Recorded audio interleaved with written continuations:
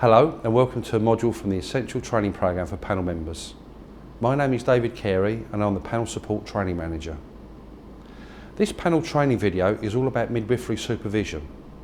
This is a specialist area and we feel you would benefit from some specialist information about it. In this session we will provide you with information about midwifery supervision and the role of the LSA midwifery officer. We will also look at some issues that may arise in fitness to practice cases and how you may deal with them. The purpose of this session is to ensure that you are familiar with the key principles and processes of midwifery supervision and the role of the LSA midwifery officer, that you understand some of the practical considerations, and that you are able to apply this knowledge to help you make proportionate decisions in fitness to practice cases concerning midwives. Hello, I'm Paul Johnson, the Head of Scheduling and Panel Support. I'm joined for this video today by Anne Trotter, the Acting Assistant Director of Education and Quality Assurance for the NMC, who will be bringing us the benefit of her expertise in midwifery. I'm also joined by Fran Cottle, who's one of our screening lawyers, who will be talking to us about how the NMC interacts with LSAs relating to fitness to practice cases. Anne, welcome. Thank you for taking part today. First of all, could you please explain what midwifery supervision is and how it works? Thank you, Paul. Under the Midwife Rules and Standards, which is created by the NMC, there is a statutory framework for midwifery supervision.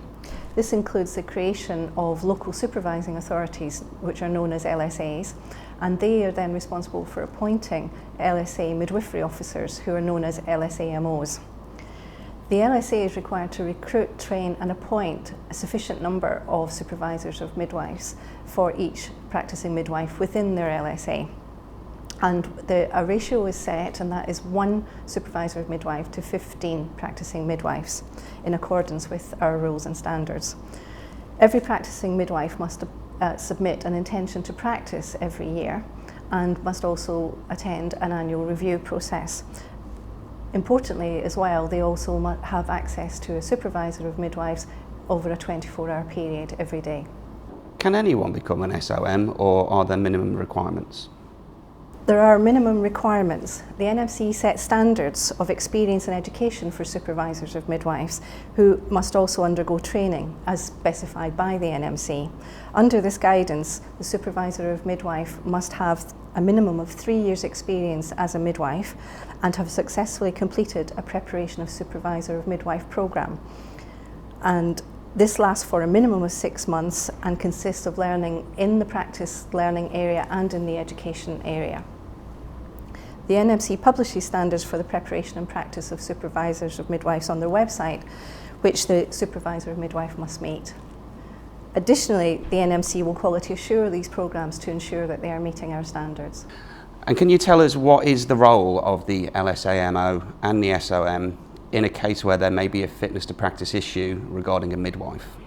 The LSA must have procedures for reporting adverse incidents or allegations of impairment and for dealing with complaints or allegations against a midwife, and these must be published for anyone to see.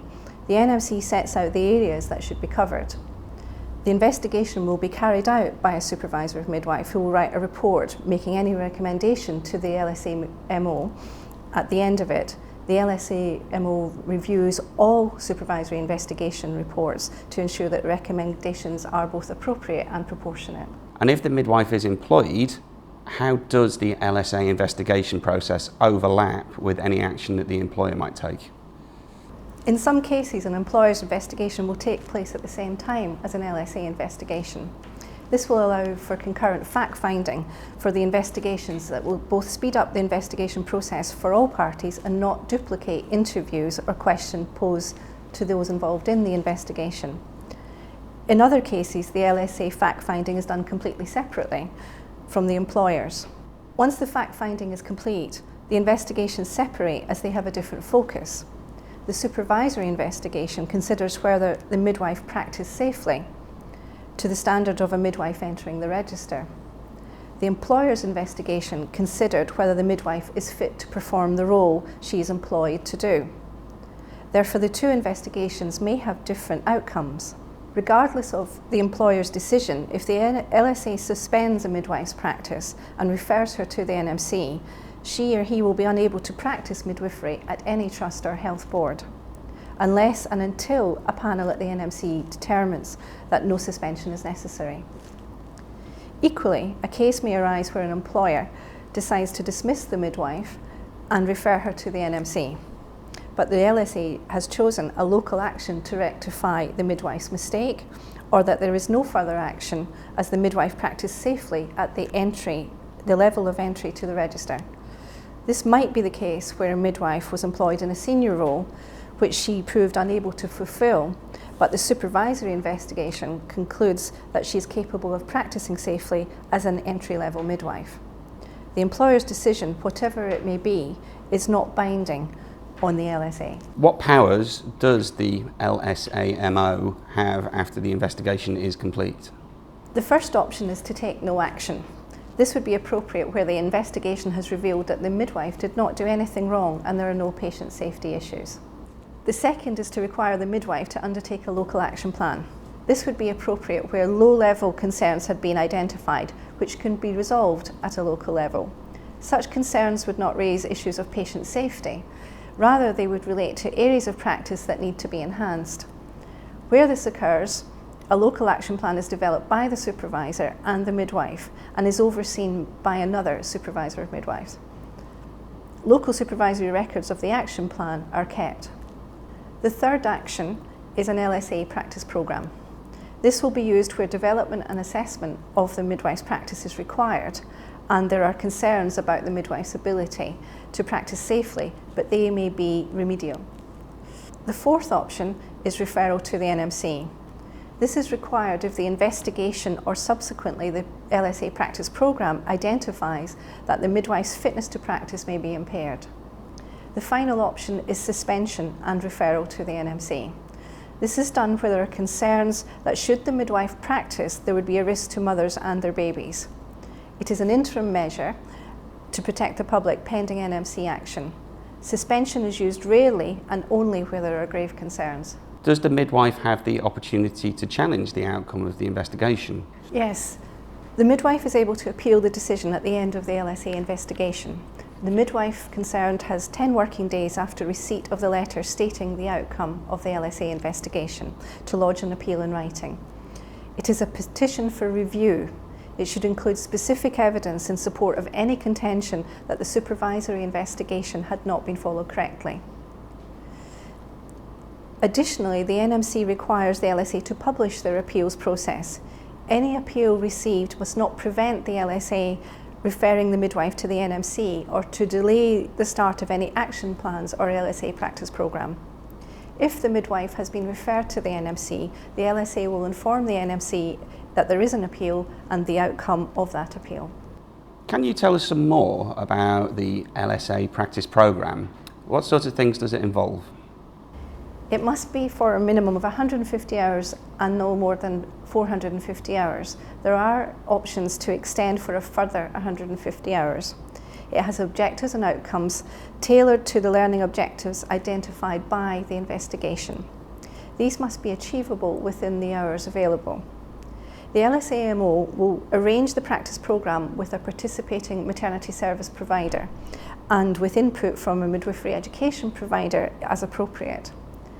A practice programme will involve supervision of the midwife's practice by an appointed midwife mentor, as well as formal assessments of progress on learning needs, competency and behaviours throughout the programme. The programme is overseen by a coordinating supervisor of midwives, and the midwife will have support from a supervisor of midwife of her choice, who will be separate from the team who will assess her. An LSA practice programme is arranged by the LSA, but it is up to each maternity provider to agree to host the midwife for the duration of that programme. Maternity services are under no obligation to provide support for the midwife during the duration of the programme. Maternity services are under no obligation to host midwives that they do not employ, such as agency or self-employed midwives. Where the midwife is employed, the employer will usually pay for the practice programme. However, there are occasions when the employer decides to release the midwife from employment. Where the midwife is not employed, the cost has to be borne by the midwife. So what happens if the midwife does not pass the LSA practice programme? This should not have come as any surprise to her, as she would have regular meetings with her mentors at which concerns would have been discussed. Also, she would not have had her competencies signed off. The LSAMO will consider all the circumstances of the case.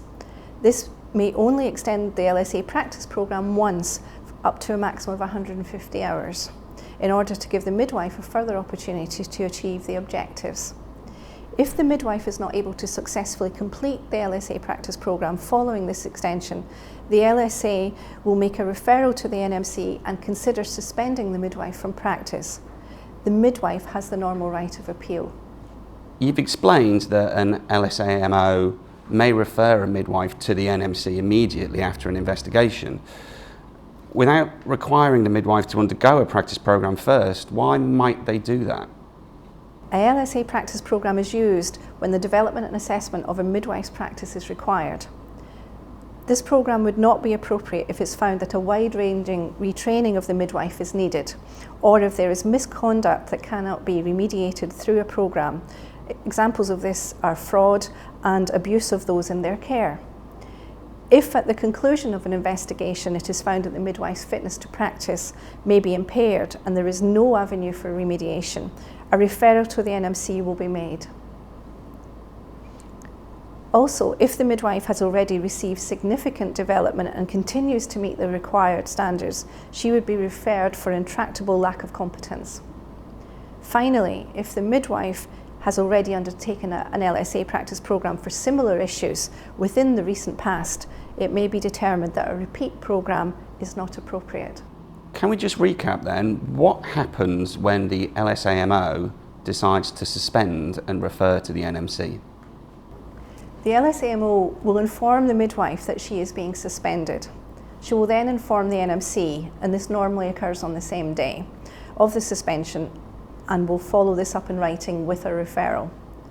The NMC is then required to hold an interim order hearing in order that the panel can consider whether to impose an interim suspension order or to revoke the LSA suspension.